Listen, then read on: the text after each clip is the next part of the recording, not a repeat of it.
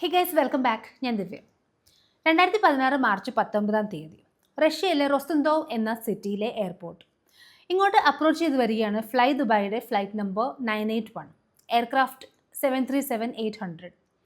എന്നാൽ ആദ്യത്തെ അപ്രോച്ച് മിസ്സാവുകയുണ്ടായി. കാരണം അത് ശക്തമായ കാറ്റും മഴയും തന്നെയായിരുന്നു.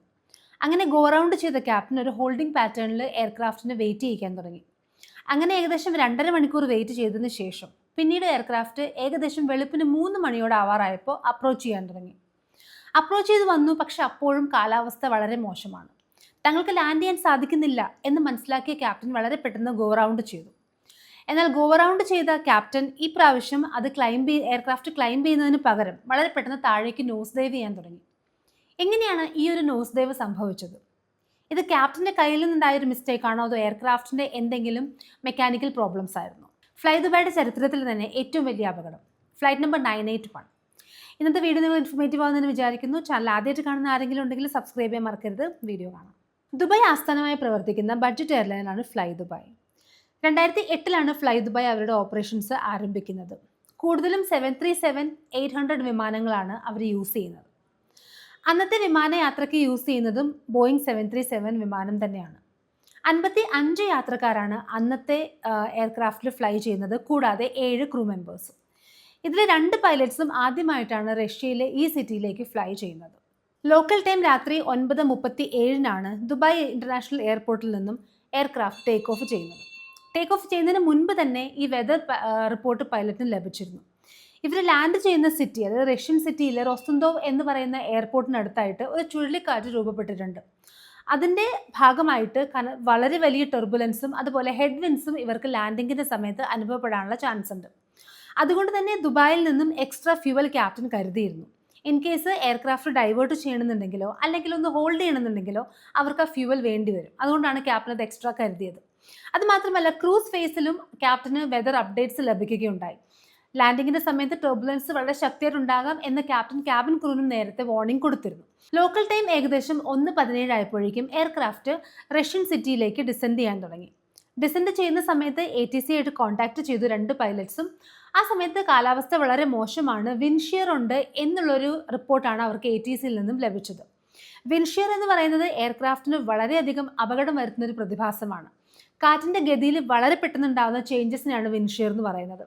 കൂടുതൽ സമയത്തും വിൻഷിയർ ഉള്ള സമയത്ത് എയർക്രാഫ്റ്റ് ലാൻഡ് ചെയ്യാറില്ല. ഒന്നുകിൽ ഗോ റൗണ്ട് ചെയ്യുകയോ അല്ലെങ്കിൽ ഡൈവേർട്ട് ചെയ്യുകയാണോ പതിവ്. അങ്ങനെ വിൻഷിയർ ഉണ്ട് ലാൻഡിങ്ങിൻ്റെ സമയത്ത് എന്നുണ്ടെങ്കിൽ തങ്ങൾക്ക് തീർച്ചയായിട്ടും ഡൈവേർട്ട് ചെയ്യേണ്ടി വരും, അല്ലെങ്കിൽ ഒന്ന് വെയിറ്റ് ചെയ്യേണ്ടി വരുമെന്ന് പൈലറ്റ്സ് നേരത്തെ കണക്ക് കൂട്ടിയിരുന്നു.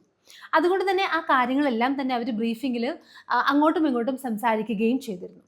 അങ്ങനെ എയർക്രാഫ്റ്റ് ഏകദേശം 1100 അടി ഉയരത്തിൽ എത്തിയ സമയത്താണ് കനത്ത വിൻഷിയർ പൈലറ്റ്സിന് അനുഭവപ്പെടുന്നത്. അതുകൊണ്ട് തന്നെ ക്യാപ്റ്റൻ ലാൻഡ് ചെയ്തില്ല. അതിന് പകരം അദ്ദേഹം എയർക്രാഫ്റ്റ് ഗോ റൗണ്ട് ചെയ്യുകയാണ് ചെയ്തത്. അങ്ങനെ എയർക്രാഫ്റ്റ് ഗോ റൗണ്ട് ചെയ്ത ഉടനെ തന്നെ ഏകദേശം 8000 അടി ഉയരത്തിലേക്ക് ഉയർന്ന് പറക്കാനാണ് ATC നിർദ്ദേശം നൽകിയത്. അതനുസരിച്ച് ഏകദേശം 8000 അടി ഉയരത്തിൽ ഫ്ലൈ ചെയ്ത എയർക്രാഫ്റ്റ് പിന്നീടും ഉയർന്ന് പറക്കുകയും അങ്ങനെ ഒരു ഹോൾഡിംഗ് പാറ്റേണിലേക്ക് പ്രവേശിക്കുകയും ചെയ്തു. ഹോൾഡിംഗ് പാറ്റേൺ എന്ന് പറയുന്നത് ATCയുടെ നിർദ്ദേശപ്രകാരം എയർക്രാഫ്റ്റിന് കാലാവസ്ഥ ഒന്ന് ഇംപ്രൂവ് ചെയ്യുന്നത് വരെ ഹോൾഡ് ചെയ്ത് നിൽക്കുന്നതിന് വേണ്ടിയിട്ടുള്ള ഒരു പാറ്റേൺ ആണ്, അല്ലെങ്കിൽ വെയിറ്റ് ചെയ്യുന്ന ഒരു പാറ്റേൺ ആണ്. അതിനുവേണ്ടി ഞാൻ ആദ്യം പറഞ്ഞതുപോലെ എക്സ്ട്രാ ഫ്യൂവൽ ക്യാപ്റ്റൻ ഓൾറെഡി കരുതിയിട്ടുണ്ടായിരുന്നു. ഗോ റൗണ്ട് ചെയ്ത സമയത്ത് എയർക്രാഫ്റ്റിൻ്റെ സ്പീഡ് വളരെയധികം കൂടുതലായിരുന്നു. അതുകൊണ്ട് തന്നെ ലാൻഡ് ചെയ്തതിന് ശേഷം എയർക്രാഫ്റ്റ് ഒന്ന് ചെക്ക് ചെയ്യണമെന്ന് ക്യാപ്റ്റൻ ഫസ്റ്റ് ഓഫീസറോട് പറയുകയും ചെയ്തു. അങ്ങനെ ഇവർ എയർക്രാഫ്റ്റ് ഹോൾഡ് ചെയ്തുകൊണ്ടിരിക്കുകയാണ്. വേറെ ഏതെങ്കിലും ഒരു എയർക്രാഫ്റ്റ് ലാൻഡ് ചെയ്ത് കഴിഞ്ഞാൽ അവിടുത്തെ കാലാവസ്ഥ എന്താണെന്ന് അറിയാൻ സാധിക്കുകയും അതിനുശേഷം ലാൻഡ് ചെയ്യാമെന്ന് ക്യാപ്റ്റൻ തീരുമാനിക്കുകയുമായിരുന്നു. എന്നാൽ ഫസ്റ്റ് ഓഫീസറിന് ഈ സമയത്തെല്ലാം തന്നെ മറ്റൊരു എയർപോർട്ടിലേക്ക് ഡൈവേർട്ട് ചെയ്ത് പോകണമെന്ന് ആഗ്രഹമുണ്ടായിരുന്നു.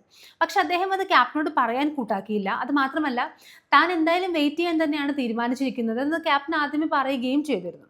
അങ്ങനെ എയറോഫ്ലോട്ടിൻ്റെ ഒരു എയർക്രാഫ്റ്റ് ഈ സമയത്ത് 2 തവണ ഈ സിറ്റിയിലേക്ക് ലാൻഡ് ചെയ്യാൻ വേണ്ടി ട്രൈ ചെയ്തെങ്കിൽ പോലും അവർക്കത് സാധിക്കുകയുണ്ടായിരുന്നില്ല.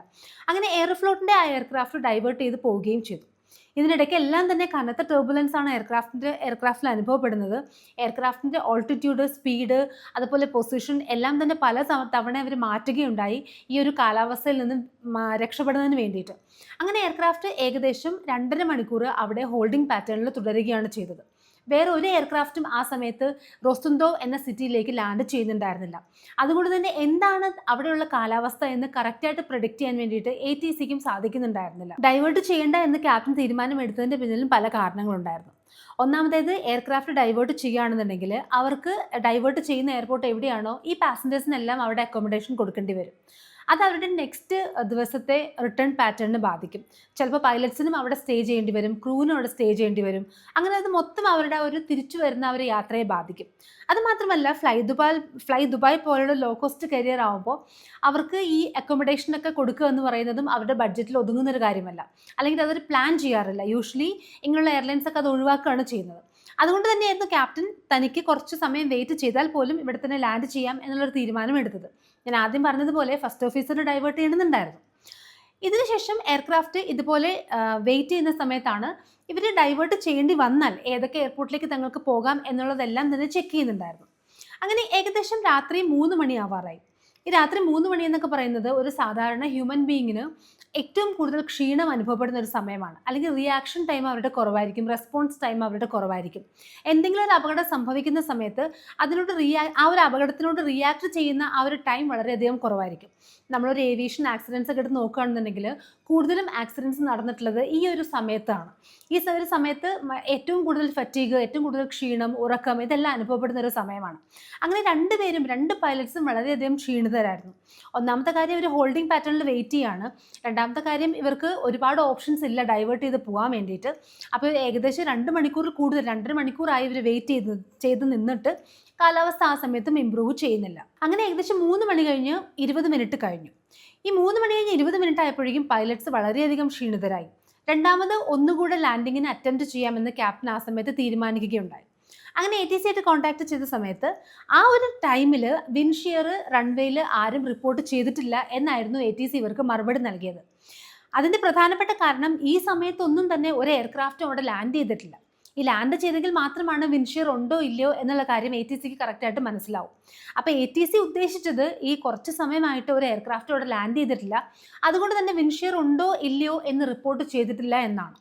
എന്നാൽ ഈ ഒരു ലാംഗ്വേജിൻ്റെ ബാരിയർ കാരണം, അല്ലെങ്കിൽ ഒരു ആക്സെൻ്റ് അവർക്ക് മനസ്സിലാവാത്തത് കാരണം ക്യാപ്റ്റൻ മനസ്സിലാക്കിയത് ഇപ്പോൾ അവിടെ കാലാവസ്ഥ ഇമ്പ്രൂവ് ചെയ്തിട്ടുണ്ട്, അല്ലെങ്കിൽ അവിടെ ഇപ്പോൾ വിൻഷിയറിൻ്റെ ആ ഒരു പ്രതിഭാസം ഇപ്പോൾ അവിടെ ഇല്ല, തങ്ങൾക്ക് സേഫ് ആയിട്ട് ലാൻഡ് ചെയ്യാൻ സാധിക്കും എന്നാണ്.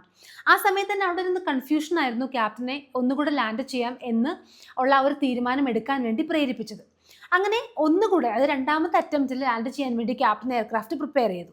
അങ്ങനെ എയർക്രാഫ്റ്റ് ഡിസെൻഡ് ചെയ്ത് വന്ന സമയത്ത് വളരെയധികം ടർബുലൻസ് വളരെ പെട്ടെന്ന് അനുഭവപ്പെടുകയുണ്ട് എയർക്രാഫ്റ്റിൽ.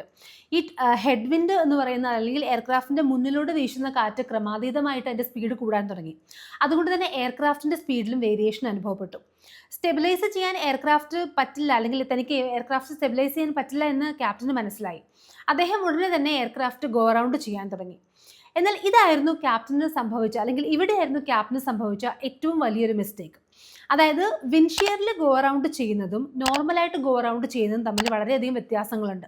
ക്യാപ്റ്റൻ മെൻ്റലി പ്രിപ്പയർഡ് ആയിരുന്നത് വിൻഷിയർ ഉണ്ടെങ്കിൽ എങ്ങനെ ഗോ അറൗണ്ട് ചെയ്യണം എന്നതിനായിരുന്നു. എന്നാൽ ഇവിടെ സംഭവിച്ചതോടെ വിൻഷിയർ ഉണ്ടായിരുന്നില്ല, പക്ഷേ എങ്കിൽ പോലും നോർമലായിട്ടുള്ളൊരു ഗോ അറൗണ്ട് ആണ് ഇവർ പ്രിപ്പയർ ചെയ്തത്, അല്ലെങ്കിൽ അവർ ചെയ്യാൻ വേണ്ടി പോയത്. എന്നാൽ ക്യാപ്റ്റൻ ചെയ്തത് വിൻഷിയറിൽ എങ്ങനെയാണ് ഗോ അറൗണ്ട് ചെയ്യുന്നത് ആ ഒരു പ്രൊസീജിയറാണ് അദ്ദേഹം ഫോളോ ചെയ്തത്. ഞാൻ പറഞ്ഞു വന്നത്, ക്യാപ്റ്റൻ ഫോളോ ചെയ്തത് റോങ് ആയിട്ടുള്ളൊരു പ്രൊസീജിയറായിരുന്നു. അത് തന്നെയായിരുന്നു ഈ ഒരു ഗോ അറൗണ്ടിൽ ക്യാപ്റ്റൻ ചെയ്ത ഏറ്റവും വലിയ മിസ്റ്റേക്കും. ഈ വിൻഷിയർ മനോവറിൽ ഗോ അറൗണ്ട് ചെയ്യാന്ന് പറയുമ്പോൾ എയർക്രാഫ്റ്റിന് വളരെ പെട്ടെന്ന് ക്ലൈംബ് ചെയ്യേണ്ടി വരും. അതുകൊണ്ട് തന്നെ എൻജിൻസിൻ്റെ സ്പീഡ് മാക്സിമം ആയിരിക്കും. അതുകൂടാതെ ഫ്ലാപ്പ് സെറ്റിങ്സ് മാറ്റാറില്ല, ഗിയർ റിട്രാക്ട് ചെയ്യാറില്ല, അല്ലാതെയാണ് ഇതെല്ലാം ചെയ്യുന്നത്. എന്നാൽ നോർമൽ ഗോ അറൗണ്ട് എന്ന് പറയുന്നത് ഫ്ലാപ്പ് സെറ്റിങ്സ് 15 ഡിഗ്രിയിലാക്കിക്കൊണ്ട് ഗിയർ റിട്രാക്ട് ചെയ്തുകൊണ്ടാണ് ചെയ്യുന്നത്. അപ്പോൾ ഇത് രണ്ടും തമ്മിൽ സ്പീഡ് നോക്കുകയാണെന്നുണ്ടെങ്കിൽ വളരെയധികം വ്യത്യാസമുണ്ട്. ക്യാപ്റ്റൻ ഇവിടെ ഫോളോ ചെയ്തത്, അദ്ദേഹം മെൻ്റലി പ്രിപ്പയർ ആയിരുന്നത് വിൻഷിയറിലെ ഗോ അറൗണ്ട് ചെയ്യണം എന്നുള്ള ആ ഒരു മൈൻഡ് സെറ്റ് ആയിരുന്നു അദ്ദേഹത്തിന് ഉണ്ടായിരുന്നത്. അതുകൊണ്ട് തന്നെ അദ്ദേഹം എയർക്രാഫ്റ്റിൻ്റെ വിൻഷിയർ ഗോ അറൗണ്ട് എന്ന ഒരു പ്രൊസീജിയറാണ് ഫോളോ ചെയ്തത്. അതായത് എയർക്രാഫ്റ്റിൻ്റെ എൻജിൻസ് ഫുൾ സ്പീഡിൽ വെച്ചു, ഗിയർ റിട്രാക്ട് ചെയ്തില്ല, ഫ്ലാപ്പ് സെറ്റിങ്സ് ഒക്കെ ഫുള്ളായിരുന്നു. എന്നാൽ ഫസ്റ്റ് ഓഫീസർ, അദ്ദേഹത്തിൻ്റെ mind set normal go around എന്നുള്ളതായിരുന്നു. കാരണം ആ സമയത്ത് വിൻഷിയർ അവിടെ ഇല്ല. അതുകൊണ്ട് തന്നെ അദ്ദേഹം നോർമൽ ആയിട്ടുള്ള ഒരു പ്രൊസീജിയറാണ് ഫോളോ ചെയ്തത്. അങ്ങനെ ഫസ്റ്റ് ഓഫീസറും ക്യാപ്റ്റനും ഡിഫറെൻ്റ് ആയിട്ടുള്ള ഒരു പ്രൊസീജിയർ ഫോളോ ചെയ്തത് കൊണ്ട് തന്നെ എയർക്രാഫ്റ്റ് വളരെ കുത്തനെ മുകളിലേക്ക് ഫ്ലൈ ചെയ്യാൻ തുടങ്ങി, അല്ലെങ്കിൽ ഉയരാൻ തുടങ്ങി. അത് ഒരു ഔട്ട് ഓഫ് ട്രിം സിറ്റുവേഷനാണ് ഈ എയർക്രാഫ്റ്റിൽ ഉണ്ടാക്കിയത്.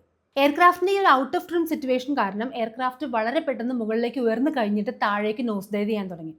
ഇത് വളരെ പെട്ടെന്ന് ഫസ്റ്റ് ഓഫീസർ മനസ്സിലാക്കുകയും എയർക്രാഫ്റ്റിൻ്റെ മുൻഭാഗം മുകളിലേക്ക് ഉയർത്തിക്കൊണ്ട് വരാൻ വേണ്ടി ക്യാപ്റ്റനോട് ആവശ്യപ്പെടുകയും ചെയ്തു.